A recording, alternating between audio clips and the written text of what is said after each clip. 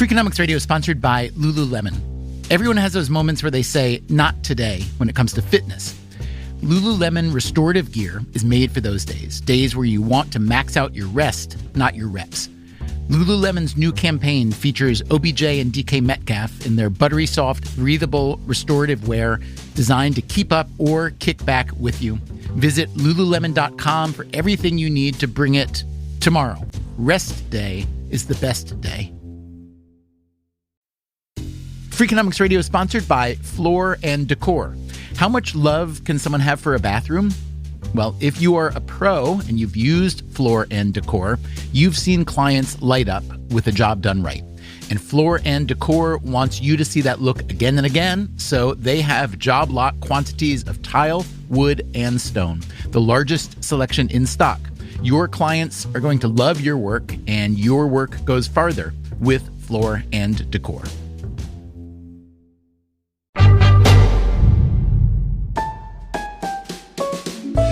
Hey there, it's Stephen Dubner. We are publishing an update of a series that we first ran a couple years ago about the supply and demand of a college education. This is part 2 of that series. Don't worry if you missed the first episode. This one stands on its own. And stay tuned until the end of this episode for a new conversation about the state of college today. As always, thanks for listening.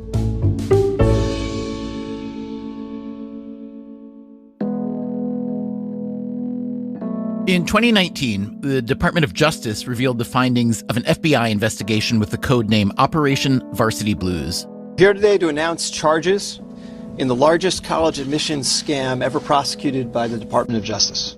The scam involved wealthy parents funneling bribes through a college consultant to get their children into schools where they didn't belong. There were fake test scores, fake athletic credentials, and cash payments to college coaches. The actress Lori Loughlin and her fashion designer husband Massimo Giannulli paid $500,000 to get their 2 daughters into the University of Southern California as recruits to the highly ranked USC crew team, even though, as the New York Times put it, neither girl participated in the sport. An applicant to Tulane University was described as an African-American tennis whiz, even though she didn't play competitive tennis and was white. Among the other universities involved were Yale, Stanford, Georgetown, some of the most elite schools in America. All told, 57 people were charged as a result of Operation Varsity Blues, including coaches, exam administrators, and, of course, parents. These parents are a catalog of wealth and privilege. They include, for example, CEOs of private and public companies, successful securities and real estate investors, 2 well-known actresses, a famous fashion designer, and the co-chairman of a global law firm. A couple parents even went to prison for a bit, including Loughlin and the other well-known actress, Felicity Huffman. This became a huge story, and it led to many questions. Who knew what at these universities? How could something like this happen at such esteemed institutions? And, really? You can just pretend to row crew to get into college? But there was one question that answered itself. Why would the parents do this? The answer is that slots at these top schools are incredibly scarce and incredibly valuable. Getting an acceptance letter from them is like that scene from Willy Wonka. 'Cause I've got a golden ticket. As we learned last week in the first part of this special series on college, there are some 4,000 institutions of higher learning in the U.S., and they fall into 2 distinct categories. The vast majority of those 4,000 are effectively open enrollment. Open enrollment meaning you have a good chance of getting in as long as you have a high school diploma. That's one model. The other model is a more competitive model. This second competitive model includes all the schools I just mentioned from the scam, Stanford and Yale and Georgetown and USC, as well as the rest of the Ivy League schools and the so-called Ivy Pluses like Stanford, and a few dozen other elite private schools and some top-ranked public schools like the University of California, Berkeley and the University of Michigan. And this second model, this competitive model, is winning. Over the past few years, and aggravated by the pandemic, less selective universities and community colleges have seen enrollment drop. The elite schools, meanwhile, have set new records for applications. Harvard was up 42% in 2021 after the school eliminated the requirement that prospective students submit SAT scores. This year, amid the Claudine Gay turmoil, that number dropped 5%, but Penn, Dartmouth, Columbia, MIT, and other top schools all saw increasing applications. These elite schools typically charge tuition of $40,000, $50,000, even $60,000 a year. Even so, they admit only a tiny share of the students who apply, and these tiny admittance numbers become part of their appeal. They could probably double the tuition and still have no trouble filling up. That's what a typical firm would do in a typical market, but you can see why that wouldn't be a good look for a university. If, however, you did think about universities the way we think about firms, the way an economist might think about them, there is another solution. With so much demand, why not just increase the supply? Today on Freakonomics Radio, we'll tell you why elite universities haven't grown very much, and the answer has to do with what they're really selling. Reputation matters. Why do students want these elite schools? The brand value, for sure. But can an elite degree really change your life? I've got a golden ticket. I've got a golden chance to make my way. And with a golden ticket, it's a golden day. It's part 2 of our special series, Freakonomics Radio Goes Back to School, and it starts right now.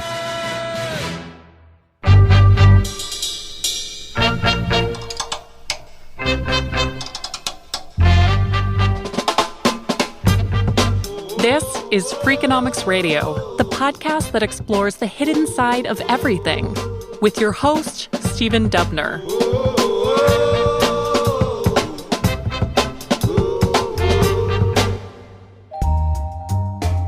Let's begin with a look at the most selective of the selective universities. Hi, my name is Peter Blair. I'm an economist at Harvard University. Harvard, the first American college, was founded in 1636 and today admits about 2,000 new undergraduates each year. How many people want those 2,000 spots? This year, they received around 54,000 applicants. Peter Blair, by the way, didn't start out as an economist. I was a physicist also at Harvard University. I studied theoretical particle physics. But after getting his master's in physics, Blair switched fields and got his PhD in applied economics from the University of Pennsylvania. His focus is on labor markets and the economics of education. One fundamental belief of his profession is that going to college is among the best things you can do to improve your life, financially and otherwise. Blair certainly believes that, but when he talks about education, he doesn't sound quite like an economist. One of the best explanations of the purpose of education is the Reverend Dr. Martin Luther King's statement that education is preparation for citizenship. And citizenship has to do with voting. Citizenship has to do with contributing to your own economic well-being, as well as contributing to the economic well-being of the broader society. Blair grew up in the Bahamas and moved to the States to attend Duke University, another highly selective school. This year, Duke admitted a record low 4% of its applicants. Until Blair got to Duke, he wasn't familiar with the American model of selective colleges. At that time in the Bahamas, we did not have any four-year institutions. I finished all of my physics courses at the College of the Bahamas in my first year. And so I left to get a college education. When I went to Duke University, I realized that there were some people who had been planning since 9th grade to get into Duke. There are institutions that are perceived as being more elite than others, and that this matters for how people see you. I did not know that before I came to the U.S. Really? I did not. But I mean, you knew the difference between Harvard and, I don't want to insult someone by naming them, but, you know, fill in the blank county community college. That was obvious. So what do you mean you didn't recognize that element of the elite perception? I think the conception of Harvard was that it was the first and an incredibly distinguished university. But I didn't fully... There was a sense in which just even going to college itself is a privilege. Over the past several decades, attending college has become something less of a privilege in the U.S. and more a way of life, as an ever larger share of the population signed up. But that's been changing. Over the past 10 years or so, overall enrollment has slipped. Also, with more labor shortages, some jobs that used to require a college degree no longer do. In 2022, the state of Maryland stopped requiring degrees for thousands of public sector jobs. Since then, Connecticut and other states have followed. Big companies like IBM have taken similar steps. Still, if you look at the U.S. today versus, say, 50 years ago, over the past 50 years, the number of students going to school in the U.S. has increased almost twofold. Within that macro number, however, Peter Blair spotted a micro curiosity. When we look at this expansion of colleges to absorb this increase in demand, most schools have been expanding except schools at the very top. The very top, meaning what exactly? Schools like the Ivy League schools, Harvard, Yale, Princeton, the Ivy Plus schools, Stanford, Chicago, MIT. These schools are in the top 2% of the SAT score distribution. And that's a puzzle. Why is it that these schools are the ones that haven't expanded, even though we see more students going to school? So on average, schools in the top 2% have grown by about 7% from 1990 to about 2015. And that compared to a growth rate of non-elites is what? It's about 60%. Can you think of a parallel from another industry? In other words, let's say it's the automobile industry or some other industry where somebody is winning, right? Somebody is considered the best. Wouldn't they want to expand more? Yes. In most markets, what you want to do is get more market share. Even companies like Apple are engaged in this process. What's surprising about this is that for most of their lifetime, elite colleges have been the largest colleges. So Harvard, Yale, at one point, they were the first, they were the only, and they were the largest. In fact, between 1940 to 1980, Stanford and Princeton expanded by quite a bit. And so this puzzle really is a modern phenomenon. Elite colleges have historically expanded with the population. It was in the 1970s and 80s that the elite schools stopped expanding. This happened even as demand was rising and as less elite schools were growing. Back then, even the most selective schools weren't that selective. As recently as the 1990s, in fact, admissions rates were much higher than today. Yeah, it was close to 40 to 50%. So it was basically a coin flip to get into the University of Chicago or the University of Pennsylvania. And these are phenomenal schools. The admissions rate at Columbia was around about 30%. At Stanford and Harvard, it was hovering around about 20%. When you look at these admissions rates now, the University of Chicago, the University of Pennsylvania, it's closer to 8 or 9%. When you look at Harvard and Stanford, it's closer to about 4 or 5%. How much are the lower admission rates driven by the fact that most students apply these days to many more schools than they used to? It's not just driven by the fact that students are applying to more schools. Students applying to more schools itself is a function of the fact that elite universities have not expanded. It's really about the kinds of competitive dynamics that gets fostered over time when the number of spaces at these elite institutions is kept relatively stable or stagnant over time. So why did only these elite institutions stop growing? To solve this puzzle, Peter Blair and his fellow economist Kent Smetters wrote a research paper called Why Don't Elite Colleges Expand Supply? It entertains a variety of potential theories. So one theory could be universities want to keep quality the same, the quality of the students. That doesn't seem to be the case. The students that are getting into these universities now are even more qualified than when I was going to college. Okay, so student quality doesn't seem to explain it. What about the quality of faculty? Maybe there just aren't enough qualified PhDs to teach a bigger pool of elite students. It's not that. We see that there are more people graduating with PhDs. Their CVs look closer and closer to folks who are on the tenure track. Okay, maybe these older schools just don't have enough physical space to put a lot of new students. Well, Duke has lots of space. Stanford has lots of space. Even Columbia can build vertically, right? What about money? The amount of resources that universities have has increased tremendously because of gifts, increased returns on endowments. This is a very true fact. Most elite schools have massive endowments. Harvard's is the largest at nearly $50 billion. Yale has almost $41 billion. Stanford, around 36. And so you can go through a lot of the obvious explanations, and they don't seem to check out with the data. So what other explanation could there be? As we noted earlier, in a normal market, firms tend to increase their supply to meet a rise in demand. But there is one market where that doesn't happen. The one market where you see this not happening as much is in the market for luxury goods. So take, for example, Hermès. That's Hermès, the French luxury designer. A part of the appeal is the fact that the supply is restricted, that you say, I have an Hermès purse or an Hermès scarf. A double-ply mulberry silk scarf, that is. And so this is one kind of industry where you see that scarcity itself confers value on the object. In other words, if anyone could buy that Hermès scarf, it would just be a scarf, not a statement. An Hermès scarf says something about you. It says you are the kind of person who can afford a much better caliber of scarf than most people who wear scarves. Peter Blair began to wonder if colleges might be sending the same signal.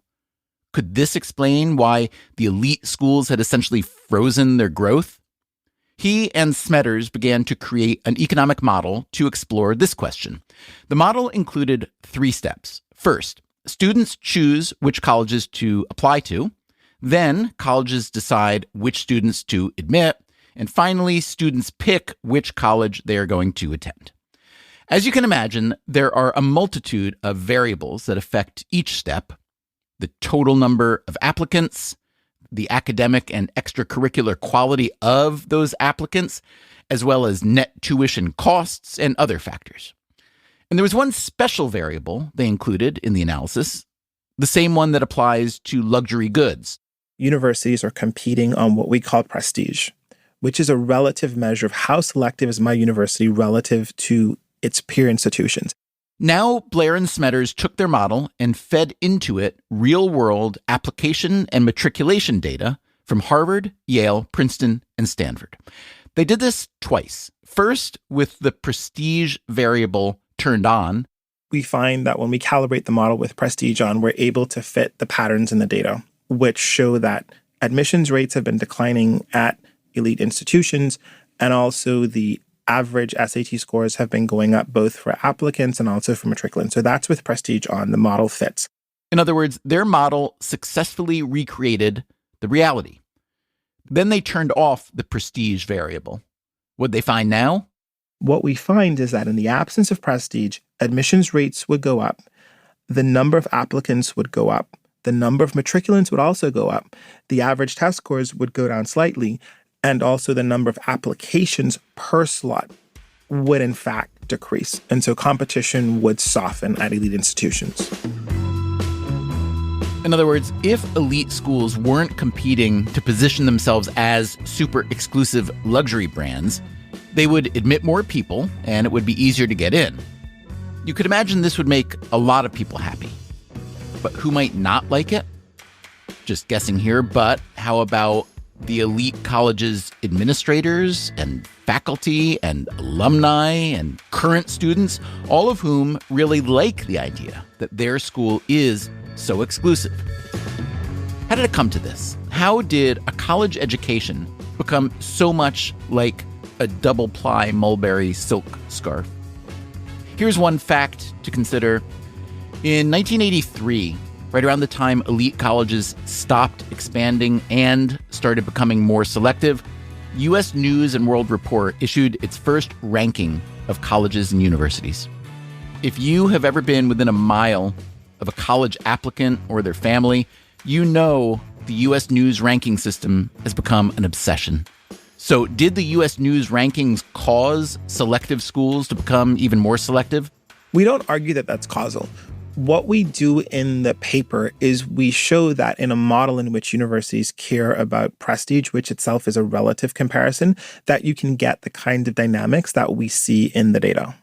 So in my experience with college and university presidents and admissions officers, there is a strange something going on.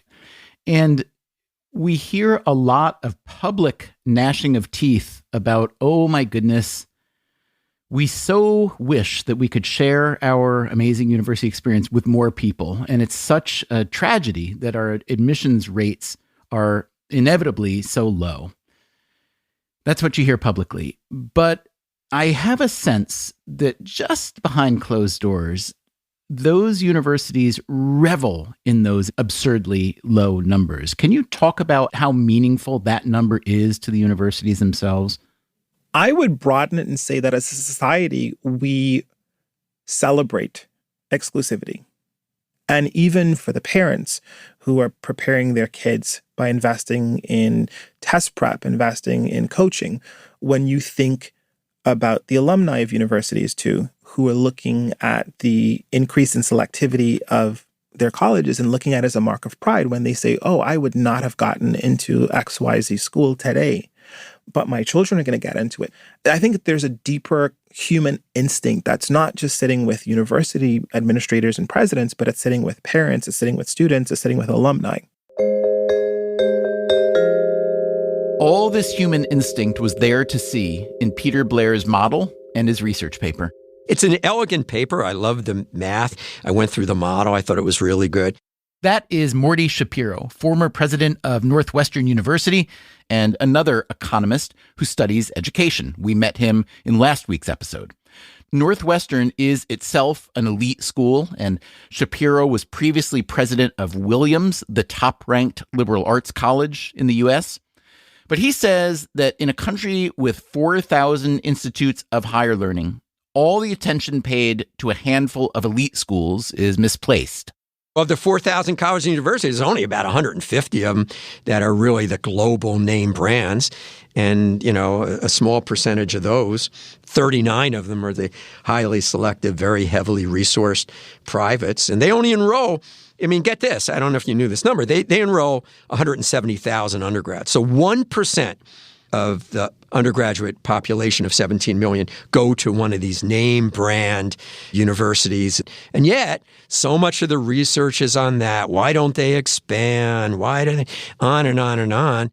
I want to give you a different example, which is Australia. Peter Blair again. So Australia has a group of 8 universities. They're called the Group of 8, which is the equivalent of the Ivy League in the United States. So you have 8 universities in Australia, their very best, that educate a quarter. And when you look at the doctors and the dentists in Australia, those universities educate half. So does the Australia model mean the elite American schools should expand? Let's say we went from 170,000 undergrads to 250,000 undergrads, roughly. The world would change? 80,000 more out of 17 million? Are you giving me a break? So let me ask you this. It seems that some prestige schools do find expansion attractive when it's in a place where the money just flows, let's say the Middle East or some parts of Asia. I once visited a friend who was teaching at one of these campuses. He's a writer, lit teacher, and the literary journal for his class was actually subject to censorship from the government. So I'm thinking at this point, well, that feels like a cash grab. That feels like an institution that says, you know what, I could make, let's say, 1,000 slots available in the U.S. for whatever population I choose, but instead I'm going to do this. What's your take on that? Well, I've never been a fan. I think it depreciates the value of your brand. When I was president of Williams, because we were ranked number 1, there was a delegation from Singapore came over and they said, we want to create a liberal arts college. And I said, you're talking to the wrong person. Because when I was at University of Southern California, before that, as a dean and a vice president, we closed some of our international campuses and programs because it didn't have our faculty. And I think we were giving degrees to people that conflated, with the domestic versions. And it was just not a very good imitation of it. So I said, boy, did you talk to the wrong people? And I said, go to one of the other ones. And they had a deal with David Oxtoby, one of the great presidents. He was president of Pomona at the time, and they cut a deal that they were going to open up a liberal arts college. And then I don't think the faculty liked it, or maybe the deal wasn't what they promised, and David and the gang pulled the plug on it, and then they went to Yale. And Yale did it, right? For a while. They did it for a while, and now it's gone. So I'm not a fan of that. If you have a product that's a prestige product, or people expect a certain level of quality, and then you have a knockoff version of it that's nowhere as good, you lose at the end. Shapiro may not like the idea, but it's happening. New York University has opened outposts in Abu Dhabi and Shanghai, and several elite schools have opened campuses in Qatar, including Georgetown, Carnegie Mellon, and Morty Shapiro's own Northwestern. That campus, which specializes in media and journalism, opened in 2008. Before Shapiro came to Northwestern, he retired in the fall of 2022, so the Qatar campus outlasted him. I didn't know about the Qatar branch of Northwestern when we interviewed Shapiro. We later asked for a comment, and he emailed back to say, "I'm a big fan of what we do in Qatar, and we would never have renewed the program if I had any doubts. Usually, remote campuses struggle to replicate the excellence at the home campus, but not this one."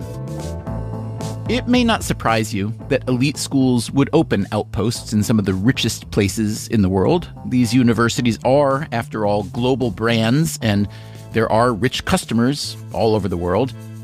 On the other hand, a university is meant to represent something radically different from a global brand like Hermes or Apple.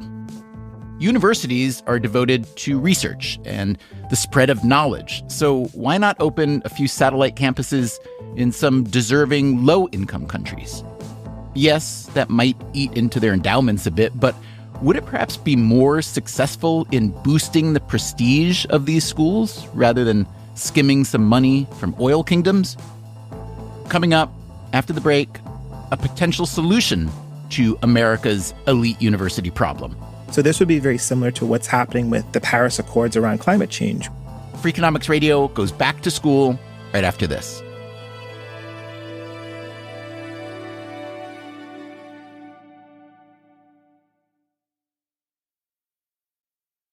Freakonomics Radio is sponsored by Wells Fargo.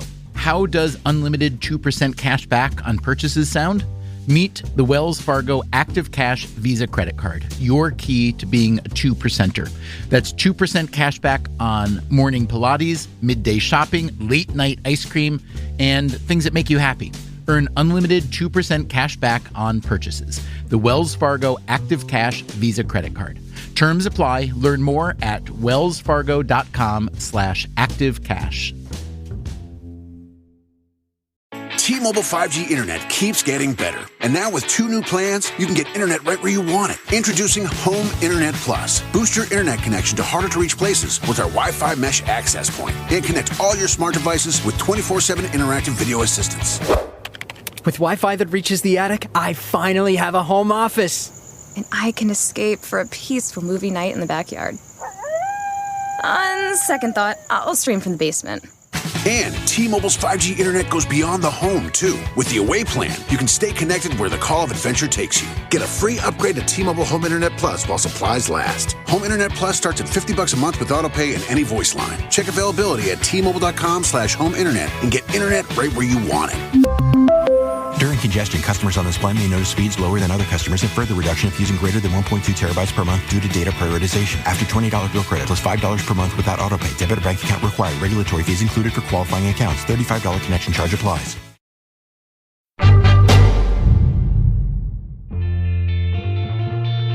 When economists analyze something like the U.S. university system, they tend to look at it as a market, even though there are some obvious differences between going to college and buying a new laptop or deciding where to eat dinner. One of the differences, as we heard earlier, is that elite universities work more like luxury goods than normal goods, which means that scarcity and prestige play a big part. But there's another reason that college is a strange product. If you consume a college education, you tend to basically consume it once in your life. Miguel Urquiola is an economist at Columbia University in New York City. He studies the education market. You go once, and then forevermore, you will go around with a sticker that says Johns Hopkins on your forehead. And so when you invest, you're very careful when you choose. How much does reputation matter to college students? That's a hard question to answer empirically. To get some anecdotal answers, we went up to Urquiola's school, Columbia, which is currently tied for 12th in the U.S. News & World Report ranking of best American universities. We asked students what they valued more, the Ivy League education they were getting or the Ivy League brand attached to it. It's a very difficult question. We did hear a fair amount of pro-education sentiment. The education here is obviously incredible. I don't always love Columbia's brand, so I'm more proud of my education than the fact that I'm at Columbia. I don't wake up every day and say, oh, I'm so excited to engage in this prestigious experience. I say, I'm so excited to learn about this particular thing. So probably education. I think that Columbia does a good job of collecting people who care about knowing things and who care about asking questions. And to be in that kind of environment really does push you. But the vast majority of the students we spoke with had a different answer about what mattered most.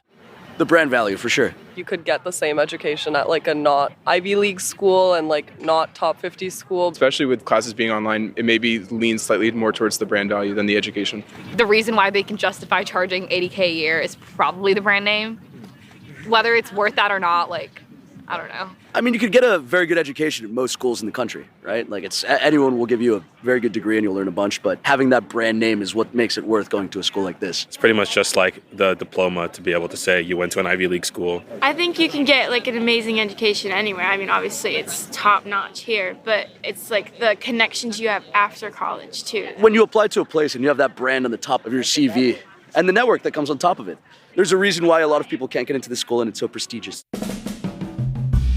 This may be a good time to talk about what you actually get when you get a college education. There is, of course, the acquisition of knowledge, although many top universities will help you acquire that knowledge for free in the form of online courses. If knowledge acquisition was all that college offered, why bother to pay a few $100,000 for a 4-year degree?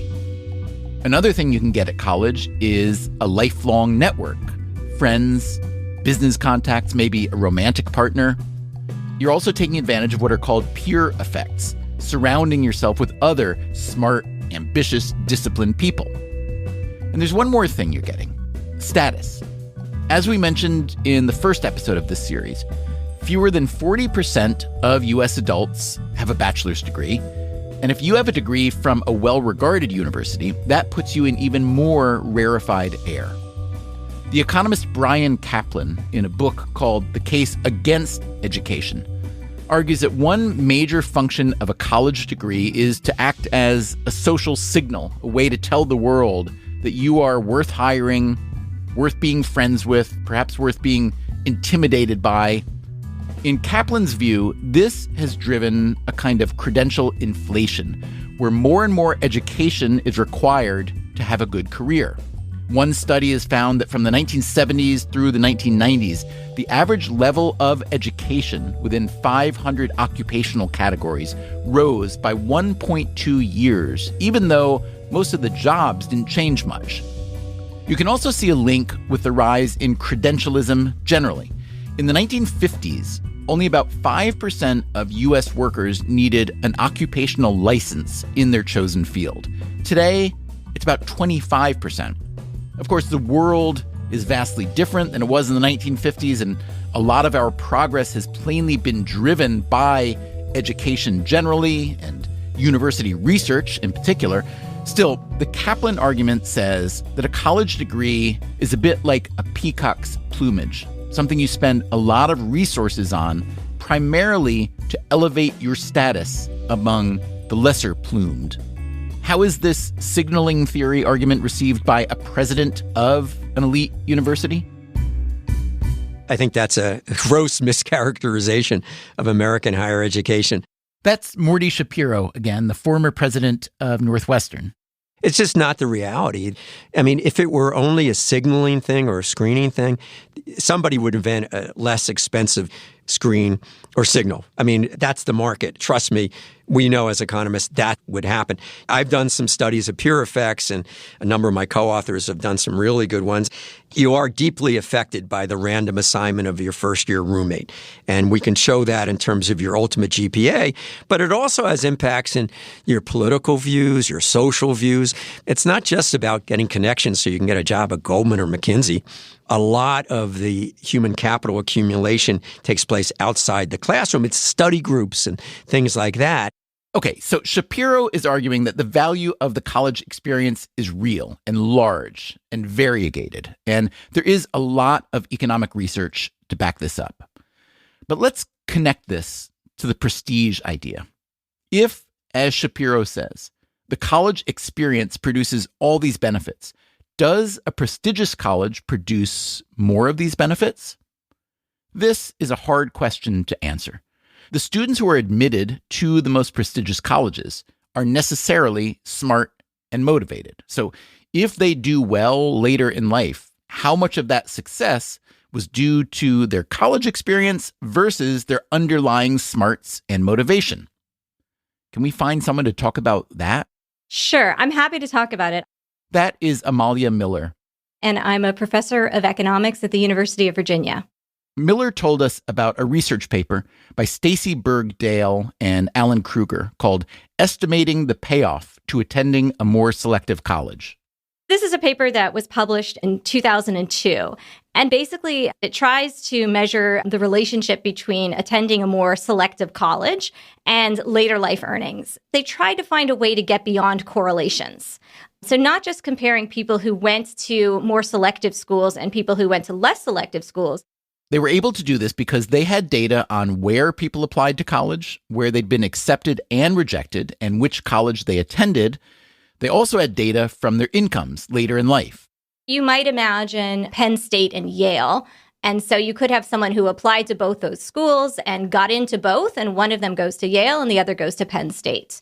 And let's look at their earnings. We're not going to compare the student who went to Penn State and didn't apply to Yale. And we're not going to compare a student who went to Penn State, applied to Yale, and got rejected from Yale. We're going to compare students who applied to and got into the same schools, but then ended up attending other schools. Their analysis included more than 14,000 students from 30 colleges. What they find in the data is they first find the raw correlation that kind of fits with expectations and perceptions, which is that the students who attend more selective schools do have higher wages and better labor market outcomes. That's the raw correlation. Okay, that's what you might expect. The graduates who attended better schools earn more money. But again, was the school responsible for that? Did the student who got into both Penn State and Yale and went to Yale do better than if they'd gone to Penn State instead?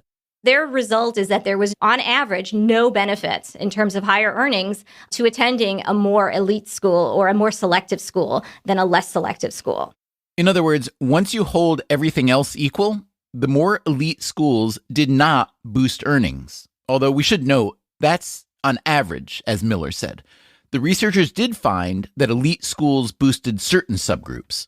They actually have a follow-on paper that uses more data, and they do find potentially a wage benefit for people from more economically disadvantaged groups and minority students. Morty Shapiro has also seen this effect. The return to selectivity is much higher for people of color, and particularly for Black men, and particularly for first-generation students. And Miguel Urquiola again. For certain types of students, going to a school like Harvard gets you into the right clubs. My guess is that parents believe it's very valuable and that parents may be looking at a variety of outcomes. Let's talk about professors for a moment. So if elite universities are often optimized to produce really great academic research, to what degree is that at odds with also producing really good instruction for the paying students and the paying parents? Because it strikes me that the best researchers, often, at least the ones I know, don't have that much interest in teaching. And that's exactly what the students and the parents want. Yeah, I think that there could definitely be a trade-off in this regard. So, for example, it could very well be that some economics instructors at a place like City College or Rutgers are better than some economics instructors at Princeton. And this could be in part because The people at Princeton are selected on their research output, and they may have less energy devoted to their teaching. Let's just pluck one out of history. How was Sir Isaac Newton as a professor? There's anecdotal evidence that he wasn't very good. Many people were sleeping in the class. And, anyone who's been to school, to university particularly, knows of cases where someone who's very brilliant on the research front is just disorganized or boring. I had the chance to have instruction from Nobel winners who will go nameless. No, not nameless. We always name them here. Who seem to be particularly disorganized. Morty Shapiro, wearing his economist hat, not his college president hat, has analyzed the impact of faculty skill.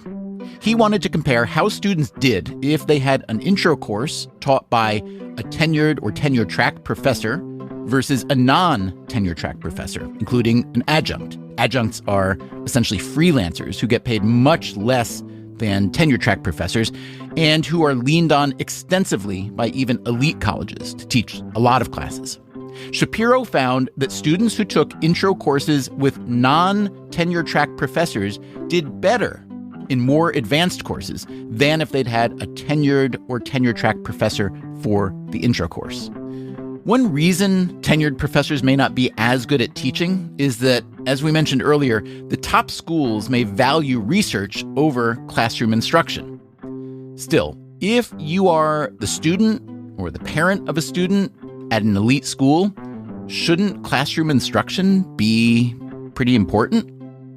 Miguel Urquiola says that reputation and prestige tend to trump the actual quality of instruction. One thing I always like saying is, if you're in, say, New York City and you have a very reputable restaurant and you stop cooking well, it won't take long before you're out of business. You'll die.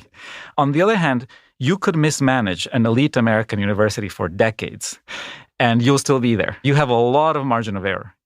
The preservation of that elite status, would you consider that a useful and perhaps even noble incentive or a selfish incentive for the universities? I think it has both features. So it is selfish and in a way can be viewed very negatively because why don't you just take more people? Why are you trying to keep this sort of club and this sort of prestige? The other way of seeing it is that prestige is what enables these schools to have access to a tremendous amount of resources and lots of talent.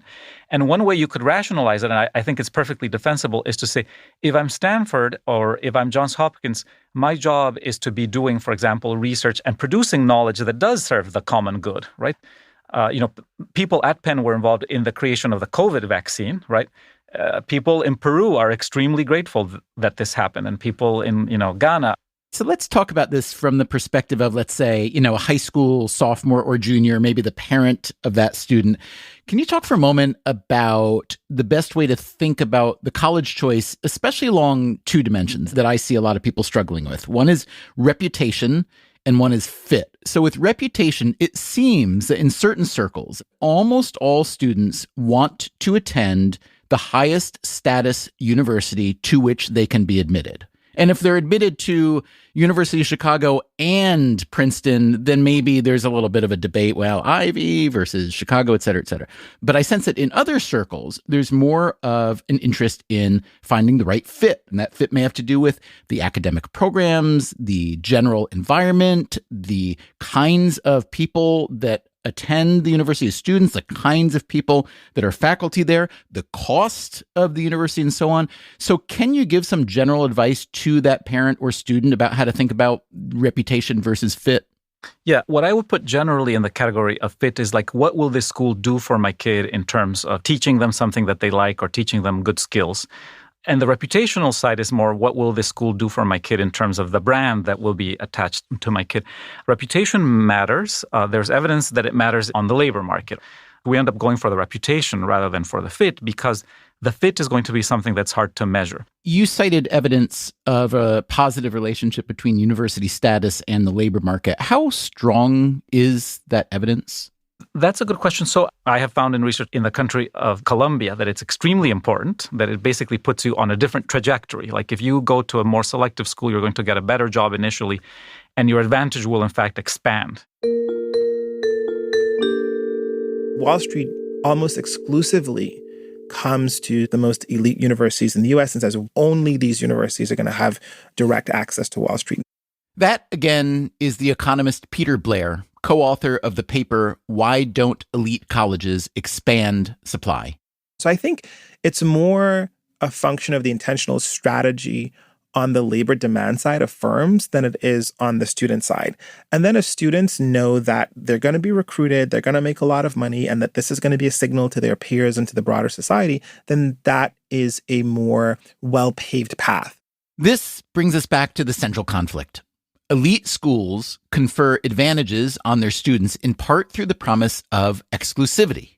But they can't expand their supply, they can't make their excellence available to more students without diluting their exclusivity.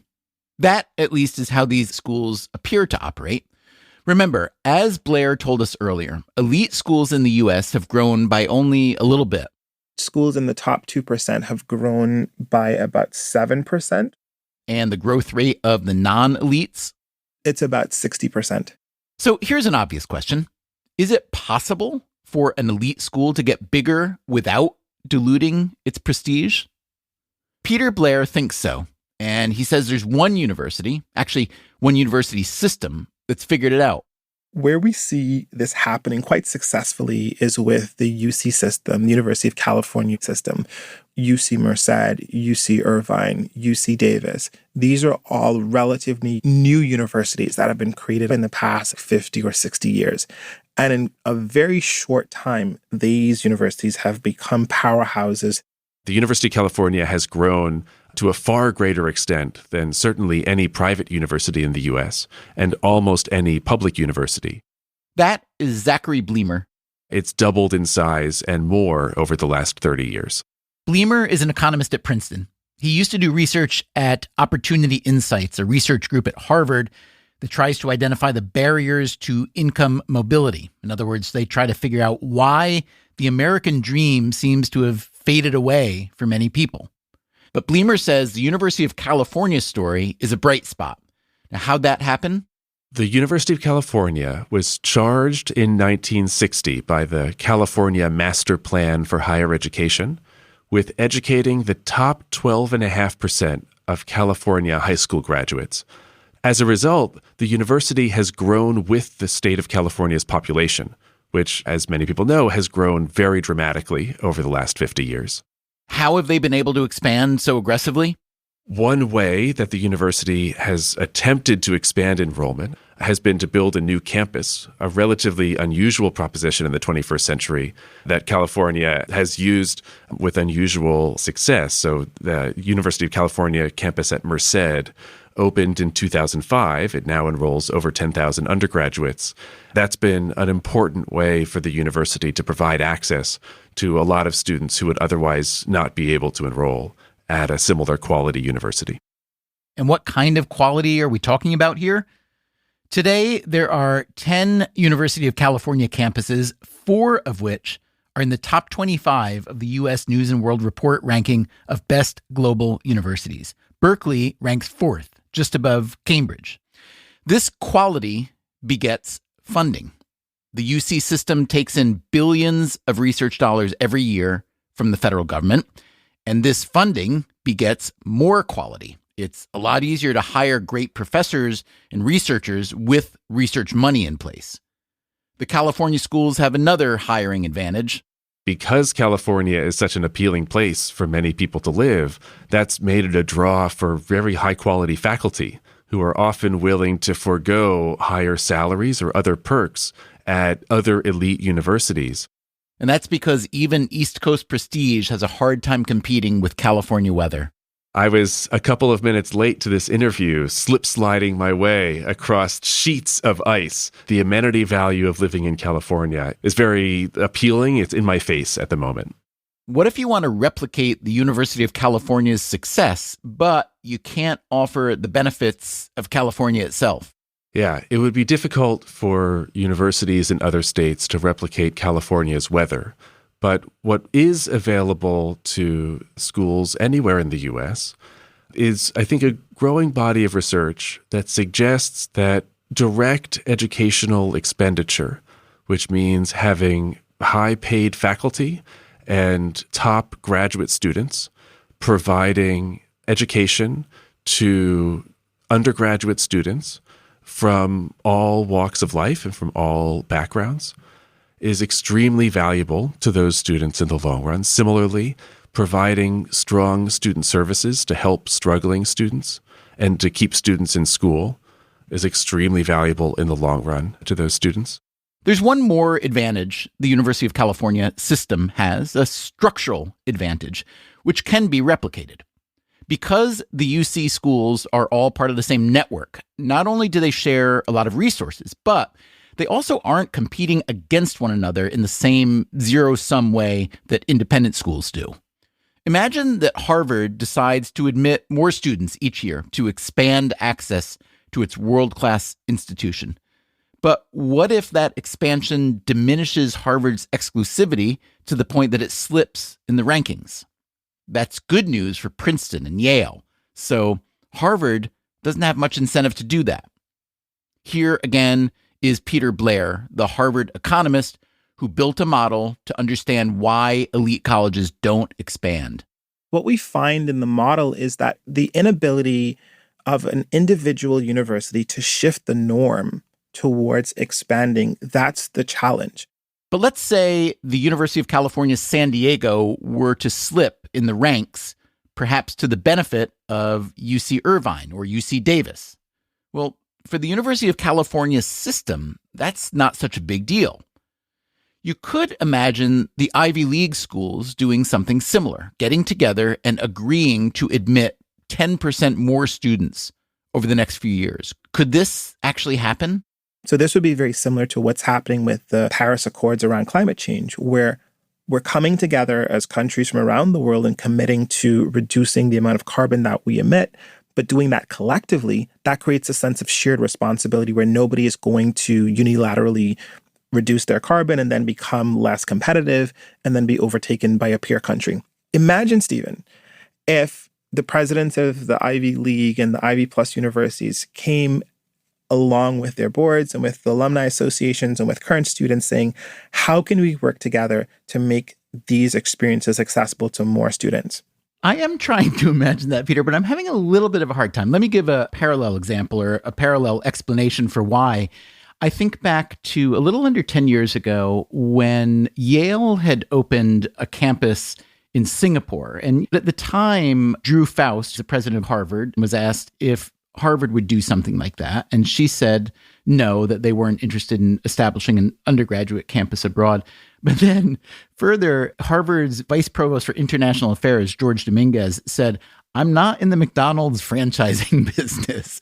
That sounded to me like a person who understood that his brand, Harvard, was an extraordinarily powerful and attractive brand, and it would be foolish to consider watering it down. And so while I'm trying to envision this interesting and perhaps utopian world where the Ivies and Ivy Pluses, as you put it, would come together to come up with a way to smartly create more supply for this overwhelming demand, at the end of the day, and I think you would probably know this better than I as an economist, people respond to incentives, and university presidents and provosts and vice provosts are people. And so I wonder if there's just not too much private incentive there for them to keep their prestige as high as they can at the expense of the potential beneficiaries of expanded supply.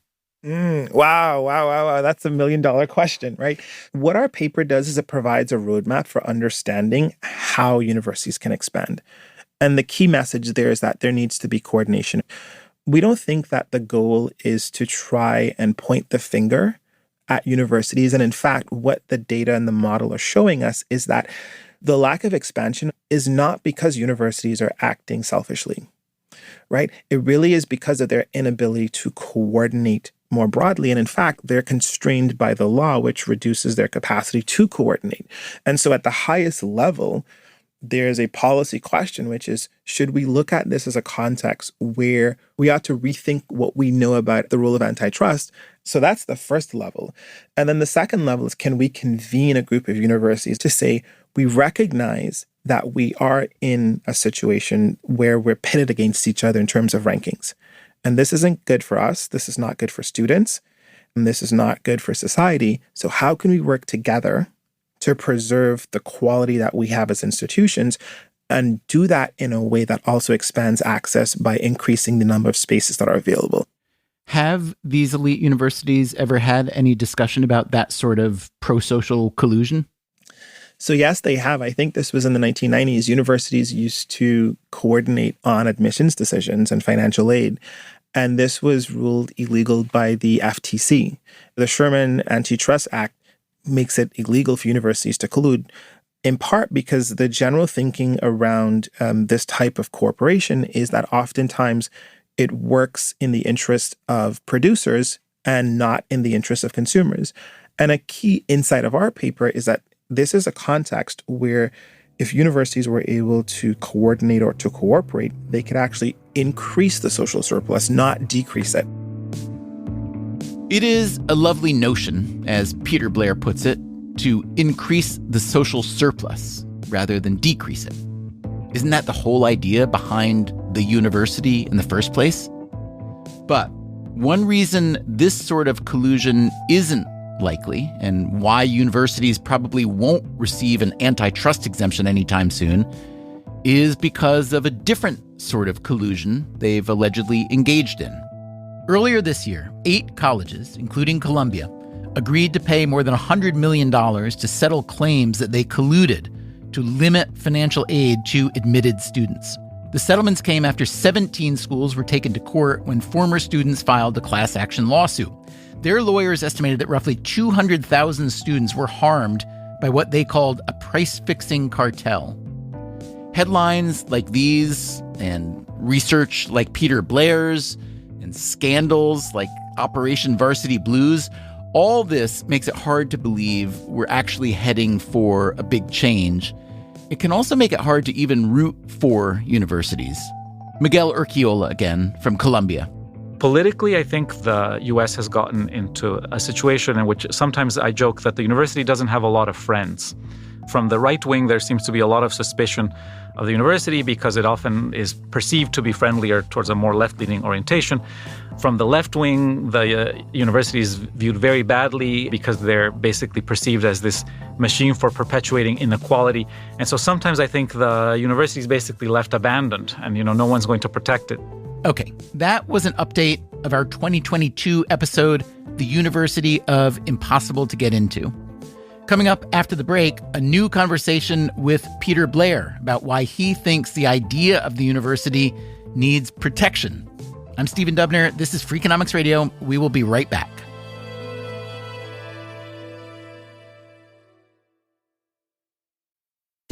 Freakonomics Radio is sponsored by NetSuite. Quick math. The less your business spends on operations, multiple systems, and delivering your product or service, the more money you keep. Reduce costs and headaches. Graduate to NetSuite by Oracle. NetSuite is the #1 cloud financial system bringing accounting, financial management, inventory, and HR into one platform. Reduce IT costs because NetSuite lives in the cloud with no hardware required, accessed from anywhere. Cut the cost of maintaining multiple systems because you've got one unified business management suite. Improve efficiency by bringing all your major business processes into one platform. Over 37,000 companies have already made the move, so do the math. See how you will profit with NetSuite. By popular demand, NetSuite has extended its one-of-a-kind flexible financing program for a few more weeks. Head to netsuite.com/freak. That's netsuite.com/freak. Freakonomics Radio is sponsored by Cayman Jack. As a Freakonomics Radio listener, you are looking for answers to the most important questions like why are some margaritas delicious and others leave you wanting more? Well, Cayman Jack has realized it's all about balance, finding just the right ingredients mixed in just the right way so your drink is never too sweet, too sour, or too salty. Those perfect ingredients: real lime juice, blue agave nectar, and cane sugar. Exotic stuff. But you don't need to search too far to find them. They're ready to go for any adventure. The ultimate balance of salty, sweet, and sour every time. Mystery solved. Discover legendary taste for yourself with Cayman Jack, America's #1 margarita premium flavored malt beverage. Please drink responsibly. American Vintage Beverage Company, Chicago, Illinois. T-Mobile 5G internet keeps getting better. And now with 2 new plans, you can get internet right where you want it. Introducing Home Internet Plus. Boost your internet connection to harder-to-reach places with our Wi-Fi mesh access point. And connect all your smart devices with 24/7 interactive video assistance. With Wi-Fi that reaches the attic, I finally have a home office. And I can escape for a peaceful movie night in the backyard. On second thought, I'll stream from the basement. And T-Mobile's 5G internet goes beyond the home, too. With the Away plan, you can stay connected where the call of adventure takes you. Get a free upgrade to T-Mobile Home Internet Plus while supplies last. Home Internet Plus starts at $50 a month with autopay and any voice line. Check availability at T-Mobile.com/home internet and get internet right where you want it. During congestion, customers on this plan may notice speeds lower than other customers and further reduction if using greater than 1.2 terabytes per month due to data prioritization. After $20 bill credit plus $5 per month without autopay. Debit or bank account required. Regulatory fees included for qualifying accounts. $35 connection charge applies.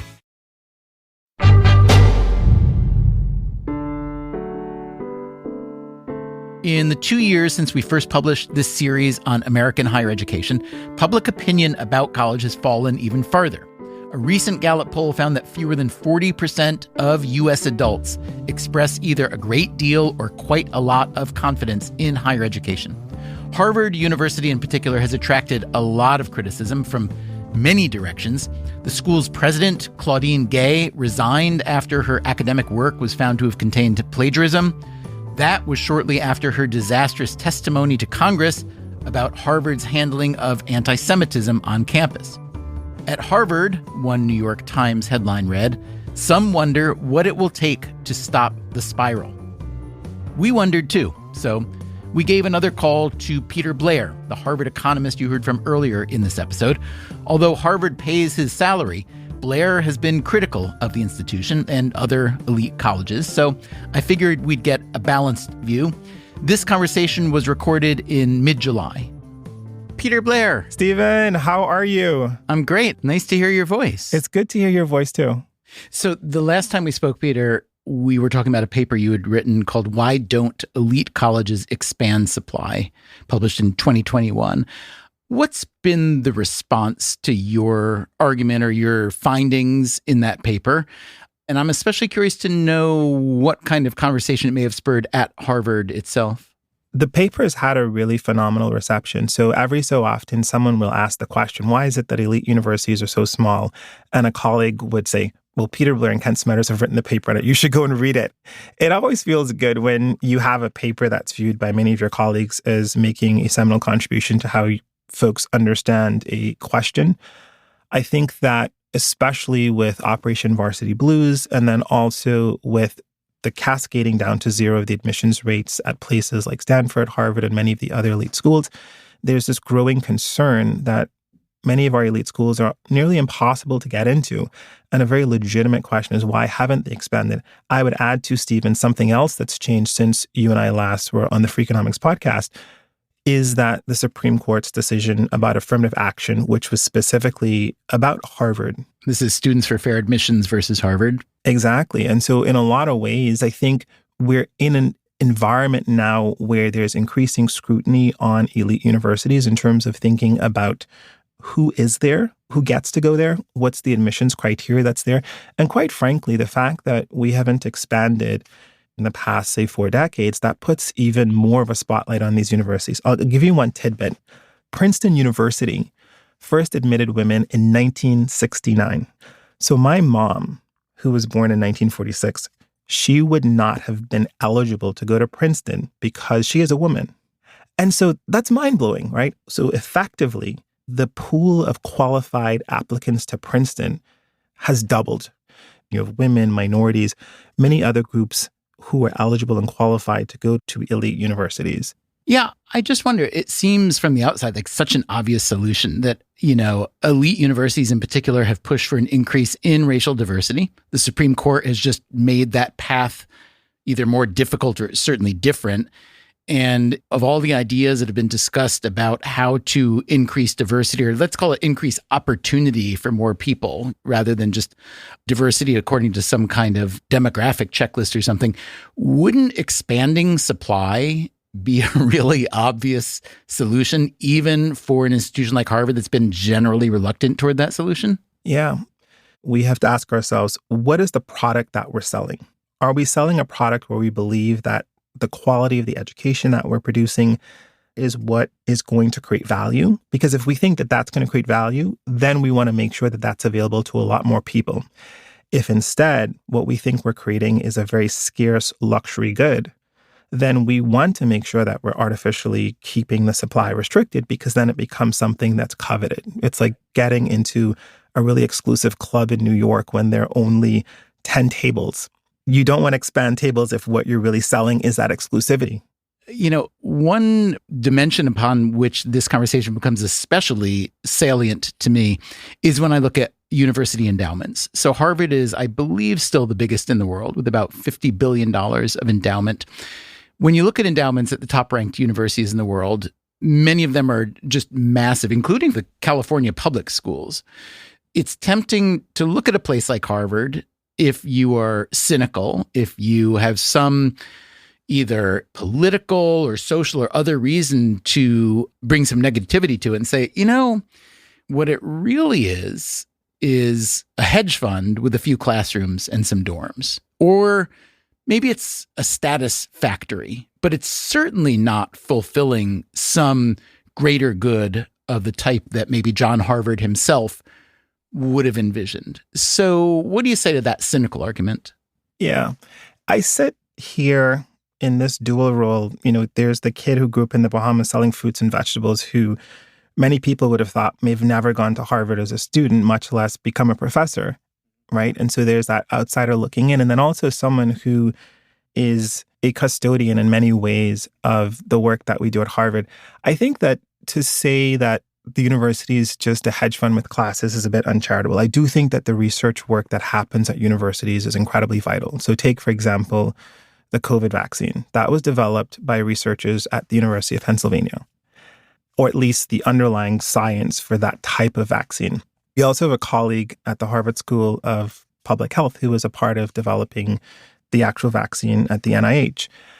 That saved millions of lives, right? And so it's important for us to keep that in mind, that the research that we do has a phenomenal impact.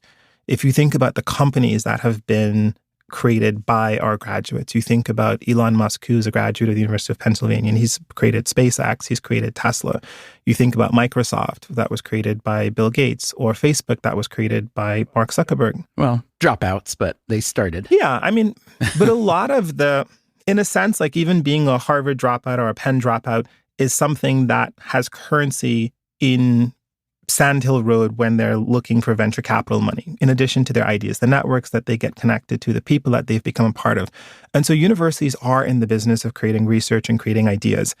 I don't want to lose that. Now, one thing I would say is that if we expand supply and we open up our doors to more people, we're exposing ourselves to the possibility of finding more Zuckerbergs and more Musks, but who might be coming from places where we traditionally don't look, precisely because there is more opportunity.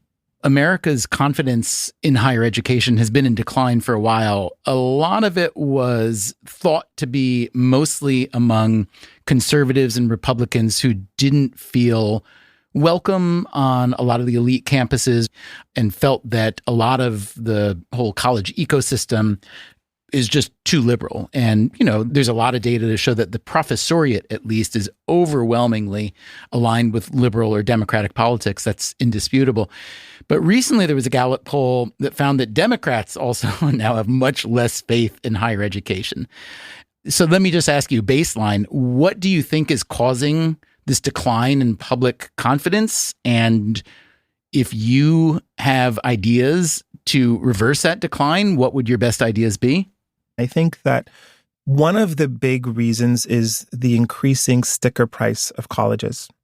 So it's not uncommon for the sticker price of tuition to be $60,000 at many colleges. Some colleges, it's $70,000. Now, it's a bit of a symbol of excess, that the sticker price for tuition is just so incredibly high. When you look at what money is being spent on at many universities, oftentimes it's being spent on amenities, a nicer stadium, pools, gyms, a good cafeteria, a lot of these auxiliary functions that do not to the public appear to be critical to the educational mission of the institution. And so then that looks like waste. When it comes to the political dimension of this, I do think that there's a way in which university campuses have become a place of intellectual safety as opposed to intellectual growth. And I'll tell you a story where, for me, it really hit home. I'm a graduate of the University of Pennsylvania, and I remember in 2016, this was right after the Trump election, I was on Facebook scrolling through and I saw this headline. And effectively, it was saying how after Trump got elected, that there were support rooms with support puppies and coloring books and dogs. And I thought, this is very embarrassing, because what happened was democracy happened. You had two people running for the presidency. One of them is going to win. One candidate won. Maybe it wasn't your preferred candidate. But what you do is you organize, you bring out the vote next time. And it was very disturbing to me that at an institutional level, it seemed as if this was the appropriate response. And that problem just got worse over time. There was a famous-ish report out of the University of Chicago in 1967 known as the Calvin Committee Report. Yes. It basically said that the university should not play a prominent role in political and social action. That's not the role of the university. And, you know, Chicago has been a bit of an outlier for elite universities in the past 30 or 40 years. But now, especially after the demonstrations on campuses, and especially after, you know, 2 of the 3 college presidents went to testify on Congress and were effectively removed from their positions shortly after, your president at Harvard and the president at Penn as well, it seems like a lot of colleges, a lot of universities are now saying, oh yeah, we like the Calvin Committee report idea. We like the idea of staying politically and socially neutral, even though that had not been the case. There have been strong endorsements of certain political or social movements and total silence on others. I'm just curious, Peter, especially as you're coming here into this educational ecosystem from outside the United States, what you see as the role of the university in that regard, and whether you think this late stage embrace of the Calvin Committee report is actually a good idea, or is it maybe just more cowardice because by putting themselves forward, these universities have gotten spanked and all they want to do is stop the pain, and therefore, hey, let's try to embrace this report and maybe that will make people not be so angry at us anymore. Yeah, I think this is something that many campuses are wrestling with internally. And the fact that the adoption of institutional neutrality is in response to universities taking a position that was deeply unpopular with both sides within their campuses and outside of the campus, in a sense, that gives me a lot of concern, because it's not about believing in the fundamental principle of institutional neutrality. It is a bit of, we want the pain to stop. And I don't like that. I also think that it's out of step with what students are requiring these days, because in a lot of ways, universities taught students that what's important is social justice and using your voices, and then layer that in with the proliferation of social media, where there are some individual students or individual faculty members who on social media may have a larger platform than an entire university. That's not a tenable approach. I have one last question for you. One solution that you offer is to allow universities to collude on admissions, which is illegal under the Sherman Act. But apparently you have a way to make it sound better. Is there a way in which the federal government should consider an exception here? And what would that accomplish? You have a way of asking questions, Stephen. So what we show in the paper is that the challenge that universities face is the following. If they're in this prestige game where they're trying to have an admissions rate that's lower than the admissions rate of their peers, then effectively, if one university said unilaterally, okay, we're going to open up the aperture a bit more, that university becomes less selective relative to its peers. And its peers are not going to voluntarily disarm. And so you have a situation that's similar to a prisoner's dilemma game, where it's in everybody's best interest to expand supply, but then no one's unilaterally going to do it. One great example of this would be, I think it was 2007 to 2010. Harvard, UVA, and Princeton all did away with their early decision and their early action programs. And the thinking was the following. By having a 2-tiered admission system where you allow some people to apply early and have a higher probability of getting in, you're privileging people who are wealthier, who go to better schools, who are a lot more connected. And the thinking was that other universities would follow Harvard, UVA, and Princeton in doing this. You know what happened? Yale, Stanford, and others did not follow. And it was exactly during that time that Harvard's admissions rate went up relative to Yale and to Stanford. And then Stanford leapfrogged Harvard as the most selective university. And in 2011, Harvard reversed course. Now, all of the equity arguments that were made in 2007 still applied in 2011. What changed? Stanford was cleaning our clock. So we're not advocating for collusion, but what we're saying is that this is a situation in which you need some form of cooperation between universities. This might be something where the government says, look, we want you to expand supply as a condition of getting additional resources. Or maybe we will start taxing your endowment a little bit more aggressively until you expand supply. I do think that universities face a lot more scrutiny unless we're able to make a really clear argument for the ways in which we're serving the public. And I do believe that by expanding, this is a very clear, demonstrable signal that you're opening up opportunity to a lot more people. I think it's an easy win. I'd like to thank Peter Blair for this conversation. I learned a lot from it, and I hope you did too. Coming up next time on the show, we conclude our updated series on the economics of higher education. Until then, take care of yourself, and if you can, someone else too. Freakonomics Radio is produced by Stitcher and Renbud Radio. You can find our entire archive on any podcast app and also at Freakonomics.com, where we publish transcripts and show notes. This episode was produced by Zach Lipinski with help from Dalvin Abuashi. Our staff also includes Alina Kuhlman, Augusta Chapman, Eleanor Osborne, Elsa Hernandez, Gabriel Roth, Greg Rippin, Jasmine Klinger, Jeremy Johnston, John Schnars, Julie Canfer, Lyric Bowditch, Morgan Levy, Neil Carruth, Rebecca Lee Douglas, Sarah Lilly, and Teo Jacobs. Our theme song is Mr. Fortune by the Hitchhikers. Our composer is Luis Guerra. As always, thank you for listening.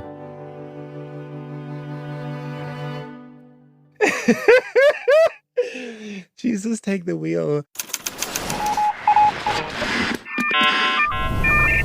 The Freakonomics Radio Network, the hidden side of everything. Stitcher. This is where projects come to life. Our showrooms are designed to inspire with the latest products from top brands, curated in an inviting, hands-on environment, and a team of industry experts to support your project. We'll be there to make sure everything goes as planned, from product selection to delivery coordination. At Ferguson Bath, Kitchen, and Lighting Gallery, your project is our priority. Discover great brands like Jen Air at your local Ferguson showroom.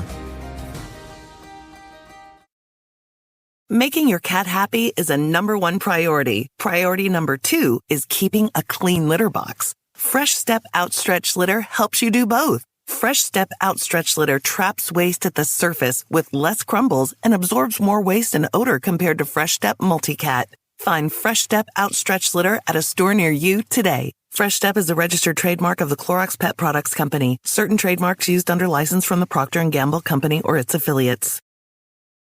Every sandwich has bread, every burger has a bun, but these warm, golden, smooth steam buns, these are special, reserved for the very best.